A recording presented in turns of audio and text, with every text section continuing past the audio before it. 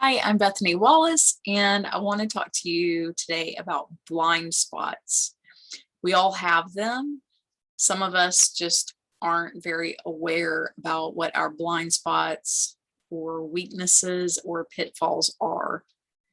So, how can we gain awareness and insight into the pitfalls that might be holding us back, especially if we're searching for jobs or trying to obtain a promotion or just trying to sell product or services, market our company, or work in business development, and we're just not getting anywhere?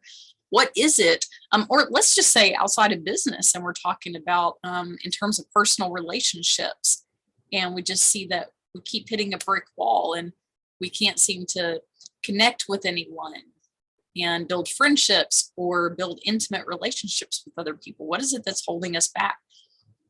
What are we not seeing that other people are seeing? So that's what I want to talk to you about today. And so one thing that I'll just tell you a quick story, and this is sharing my own experience. I once interviewed for a job, and it was a little outside of my realm because it was a job in development working for a hospital. And it would have been kind of a big job, a big title with not huge pay because it was a small hospital, but it would have been better pay than what I had at the time. And it would have been definitely a step up in terms of title and responsibility from what I had. Now, previously, the only development and fundraising experience I had was a 3-month interim development director role and volunteer experience, like serving on a board of directors for a nonprofit and volunteering to do fundraising. Now, I had tons of volunteer experience doing volunteer fundraising for different organizations, and I was really good at it. I could come up with lots of ideas, and then I wasn't also not afraid to implement them and head them up and be the hands and feet of the efforts. So that probably was maybe the only reason that I got the interview. And also I'd had a connection, so networking really helped me. And that person who was the connector said some good things about me. And also I was told later that my cover letter was fabulous and my resume looked really good. So, and I knew a lot about that because I had worked in career services, and so I knew how to write great cover letters and resumes. So I got the interview, and even though I was probably one of the least qualified candidates in terms of experience, so I was probably like 27 at the time, maybe. So I'm sitting there and I'm interviewing for the job, and I know I looked great. I'm not talking about like that I was super attractive. I'm just saying that I was dressed really well, dressed appropriately. My appearance was on par. I know like all the basics were there. Like I was saying things that my interview answers were appropriate. My nonverbal skills were great. They matched my verbal, my answers matched my nonverbals, all those things. And I knew that stuff because I had worked in career services. So I didn't have questions about that kind of stuff. And I felt that the interview went well, but I was not offered the job. So 2 weeks later, I got an email. I didn't hear anything back right away. 2 weeks later, I got, I did have a second interview. So I interviewed with the director or the hospital, I don't know, CEO or something. And then I interviewed with the board of directors. The board of directors meeting after the CEO meeting interview went really, really well. Like it was like a lot of laughing, cutting up, and just like kind of felt like fun times. So when I didn't get the offer, I was kind of shocked. And disappointed. So I emailed the CEO back when she said, "I'm sorry to let you know you weren't, even though you were a great candidate, we extended the offer to the other top candidate." So I emailed her back and said, "Can you tell me why I wasn't offered the position? if you're at privilege, if you have the permission to share or whatever, can you tell me why I wasn't offered the position? And she said, okay, well, if you want me to be honest, I will tell you that your resume and cover letter were amazing. And you did such a good job selling yourself in your cover letter that then when you came and met with me one-on-one, face-to-face, I was a little bit underwhelmed because your style was more like we were just having dialogue and conversation. And even though you were really personable and you were a good listener, you did answer a lot of my questions well, and you seemed to have proposed solutions to our problems. You didn't really sell yourself very well. I was like, oh, felt like a punch in the gut to me. And even though I could have probably argued back to her and argued some points or something, but at that point, an offer had been extended to someone else and they'd accepted it. So I said, okay, thank you so much for being honest with me, because that really helps me. And it did. That feedback really helped me. I had, at that point, I decided that pursuing a career in development wasn't really for me. Development is very closely related to sales, and that path just isn't really a great match for me. Even though I have skills, a lot of skills in that area, that's not what I want to be doing 100% of the time in my career.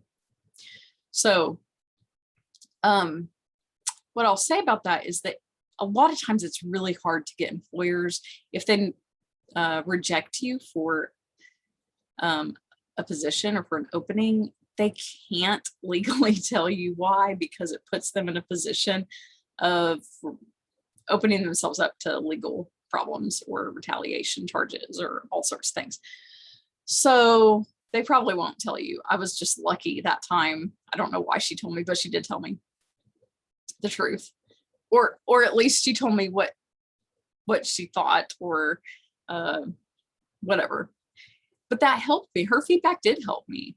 It helped me to take a good hard look at myself. And that was a total blind spot. And it is probably the truth about me. I am a great listener. I do connect with people well. I'm definitely a thoughtful person. And especially when I first meet somebody, I'm more of like an observer, and I want to feel things out and have a really good conversation, but I'm not going to throw myself at someone, even as a business owner. That's never my style. Never has been, and probably never will be. And I'm okay with that.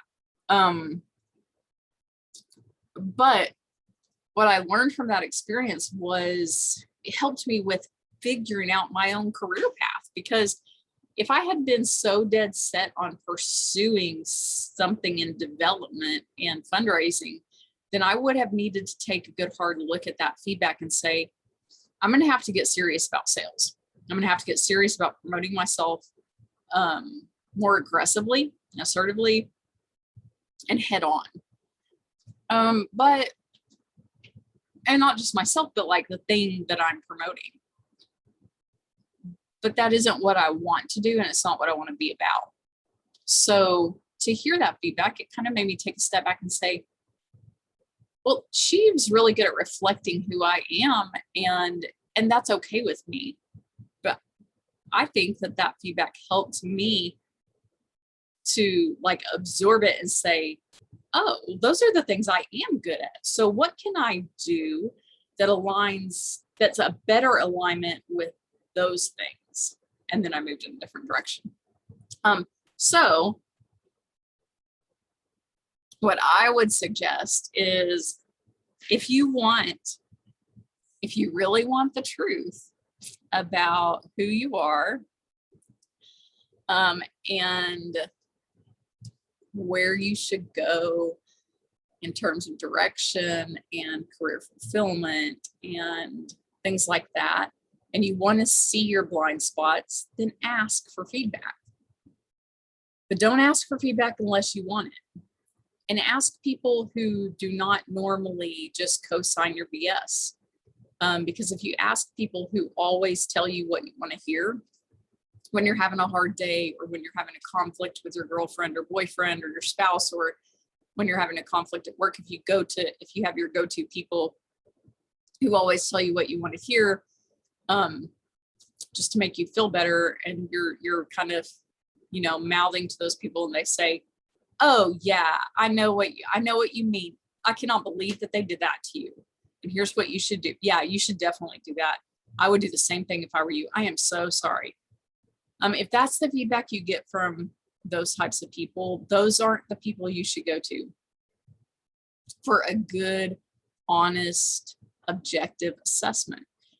You should talk to someone who tells you the truth even when you don't want to hear it.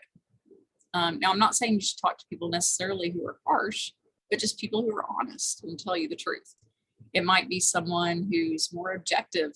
Sometimes it can be someone you pay, like a career coach. It can be someone who, if you're a college student, that could be like an advisor or someone in career services. If you're not a college student and you're a professional, it can be someone who's like a career mentor. Maybe even just somebody you haven't connected with in a couple of years, but who's known you for a long time and seen you at different points in your career. Maybe even just somebody, a family member, but somebody you're not like living with in the same house, so that they have a little more objectivity. So ask for feedback. Talk it out with someone and ask for feedback, but be open to the feedback and listen. And then another thing about blind spots is, record yourself. Like, practice an interview, record it, and watch it back. Don't just watch it back by yourself, though. Watch it back with one of those objective people, or send it. Another idea is like email that recording or message it to like 3 to 5 people who you feel might be able to be objective, not those yes people or the people who co-sign your BS, but like 5 people who are pretty objective and will give you feedback, even if it's not the kind of feedback that you want.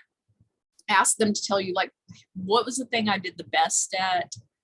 What was the thing that you think was the worst about this or my performance in this? And what are like 3 areas for improvement? And see what they say.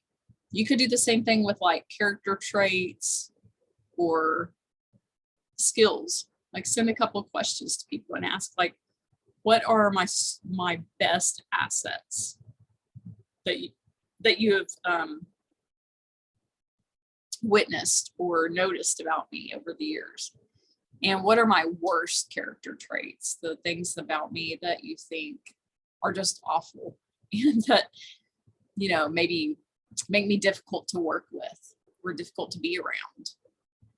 And what are some ways that you think I could improve? What are some suggestions you have for improvement for me? But just to remember, when you start asking for feedback, you will get it. And so you've got to be open to it and not just tune people out. So that's a little bit on blind spots. If you just cannot see yourself realistically, but you keep getting rejected and you keep hearing something from people that's consistent, like you just can't communicate, you're just an angry person and you need to work on that, but you can't see it, and you want some help with those kind of soft skills, you're welcome to reach out to me at bethanywallsco.com.